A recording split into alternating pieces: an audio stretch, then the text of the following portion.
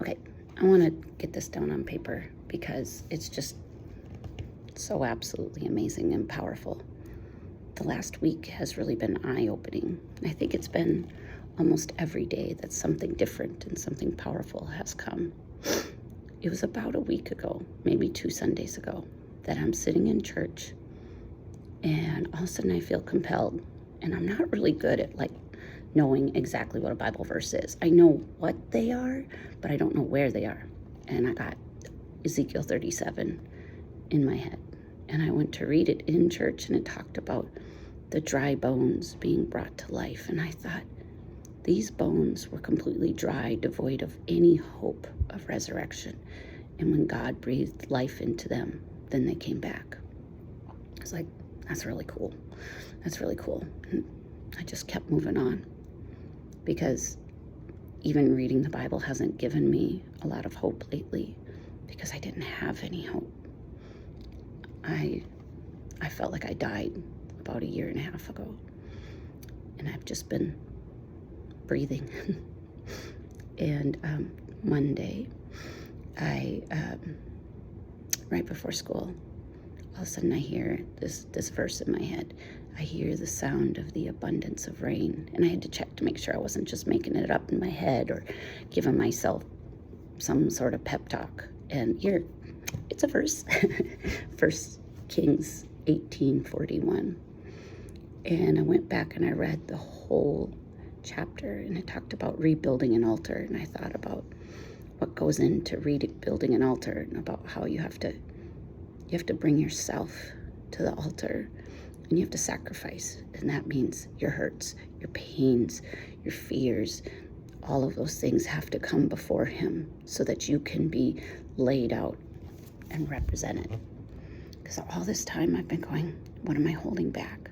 Why can't I live? Why can't I let go of this darkness? What is making it so difficult just to find joy and peace? My counselor said that hope comes from God. And so I don't have to try to create hope within me. I need to ask for it, or that he will give it to me. She didn't say I need to ask for it, but she said he will give me more. And I was like, oh, because I thought I was just being a sucky Christian and I just wasn't getting it. And so that helped me to know that I wasn't doing something wrong. And then on Wednesday, I watched a video in my staff meeting, and it talked about getting back up after a fight, and how in boxing, Buster Douglas got back up against Goliath, Mike Tyson, because his why was greater than his opponent. And I was just shook to the core. And I realized that I had stopped fighting.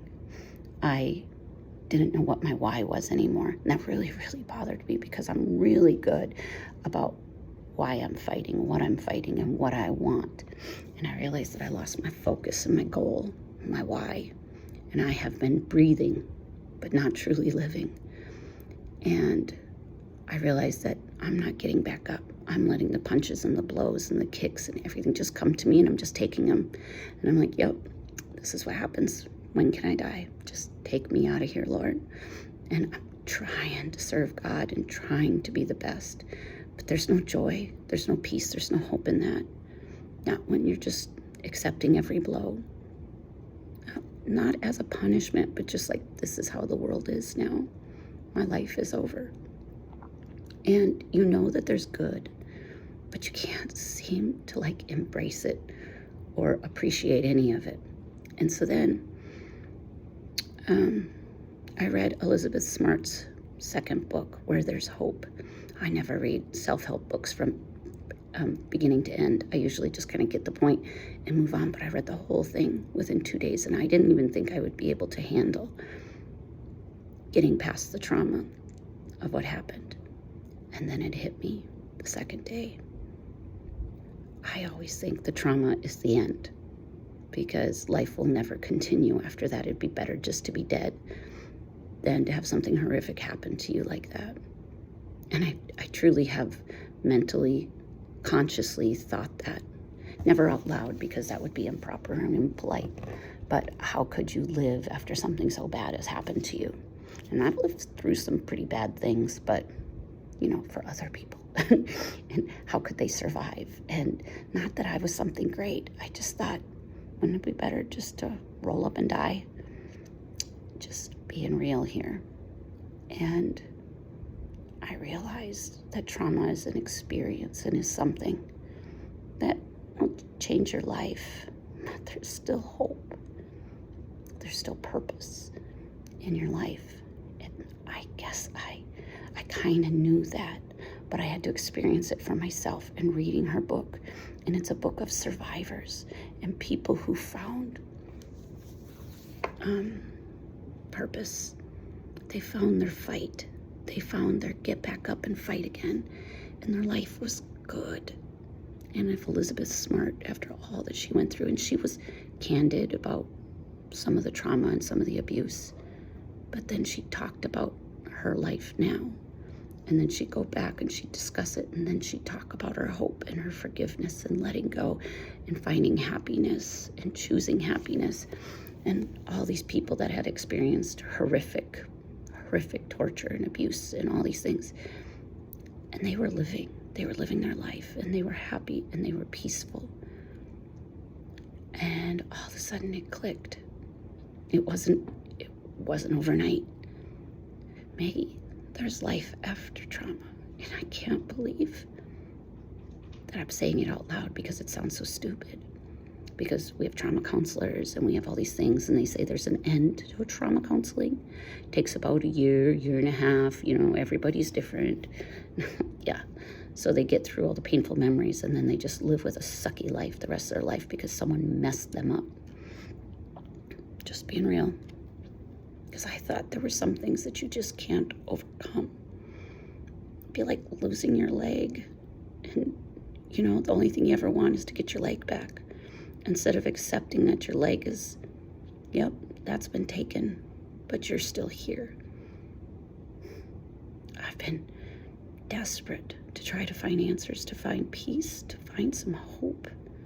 And it was reading her and about some of the other people that have experienced such terrible things and watching how they became a fighter. They got back up after their abuse and they started fighting. They didn't have to fight their tormentors. They fought for other people who maybe can't fight for themselves, and they became advocates and spokespeople so that we are more aware. Think about all the things that have happened since she was found and what she's become. She never wanted that life, but when put in that situation, she decided to use her pain to make something good out of it. It changed her life, but it didn't stop her life. And I've been seeing so much change, so much healing, so much hope in my own life, in my own family, and my daughter. And I've been trying so hard to embrace it, but I've just been waiting for the defeat to come, because what they did was they destroyed everything. They did something bad, but we're still here. They were awful, but our lives are still here. We're still going. They're out now. Are we going to just survive, or are we going to use this as like a fuel to get back up again and look at our world maybe with different lenses? Now when I look at the world, I don't see it the same way. I see, I don't know what that person's going through. Who knows? Maybe they've experienced some sort of trauma. Maybe they're struggling just to get through the day. What would happen if I just gave them a smile or asked how they're doing, or just talked to them for a couple of minutes? Maybe they're not in a bad mood. Maybe they are just trying to make it. And so my purpose has changed. My life, my hopes, my dreams, they've changed. And I thought when those shattered that I wouldn't be able to get new dreams. I didn't create new dreams because I just waited to die, I guess, because what good could come out of this? I didn't realize that I had given up And I was just waiting. And my family's doing great. They're getting stronger and more beautiful with their resiliency, with their bounce back and their purpose and their fight and their determination. It wasn't about what happened to them. It's about what we do afterwards and how we don't let this keep us knocked down, how we get up and we fight back. What are we going to do to keep purpose and meaning in our life? And how do you find purpose and meaning when it's been destroyed or taken? The first thing you gotta do is get back up. And I keep picturing myself bloody and bruised and punched and kicked and have wounds all over. And I just wipe it off. And I got swollen eyelids. And I just get back to my feet. And I start walking once again. I don't have to roll over and die. I'm still living, but I had. Even though I had beautiful children and I had beautiful things happening to me, I couldn't embrace it. I couldn't accept it because I had died. And what God was sharing with me is, even in the deadest of situations, I can bring life. I can bring life back to you, into your situation. But you gotta let me. So part of me had to die. My old life, everything I wanted, all those good intentions. I bet the other people, like Elizabeth Smart's parents, they lost a lot of their hopes and their dreams when their baby girl had all those things go to them. It wasn't the end of her life. It's just the end of that part of her life. But she's become such an amazing advocate. She's really done something with her life after her adversity. And we never would have known who she was had she not experienced any of that. And all the people she's encouraged and inspired since then. It's been wrapping around my brain the whole time about how there's still life, but you gotta get back up, you gotta fight again, because there's a purpose. Life isn't over when you have trauma. It's just gonna be different.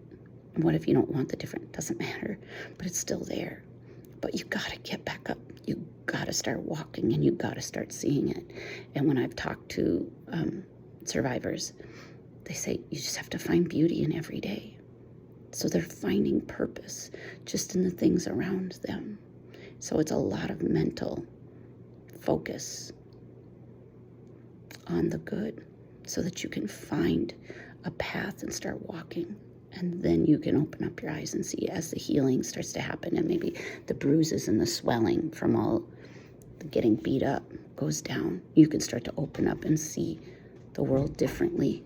And you know you're so stinking strong because if you can get back up after getting beaten so badly, figuratively or literally, or both, well, then what are you going to be afraid of? And that's what a survivor told me. If I can endure that, bring it on. I'm not afraid of anything.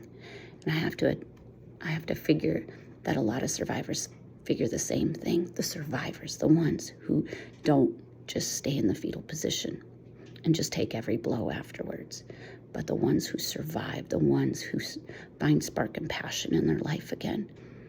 If that didn't kill me, bring it. I'm not afraid anymore. If that didn't kill me, what do I have to fear? So it's a life filled with freedom and hope instead of devastation. It's changed everything for me. There's such a peace there.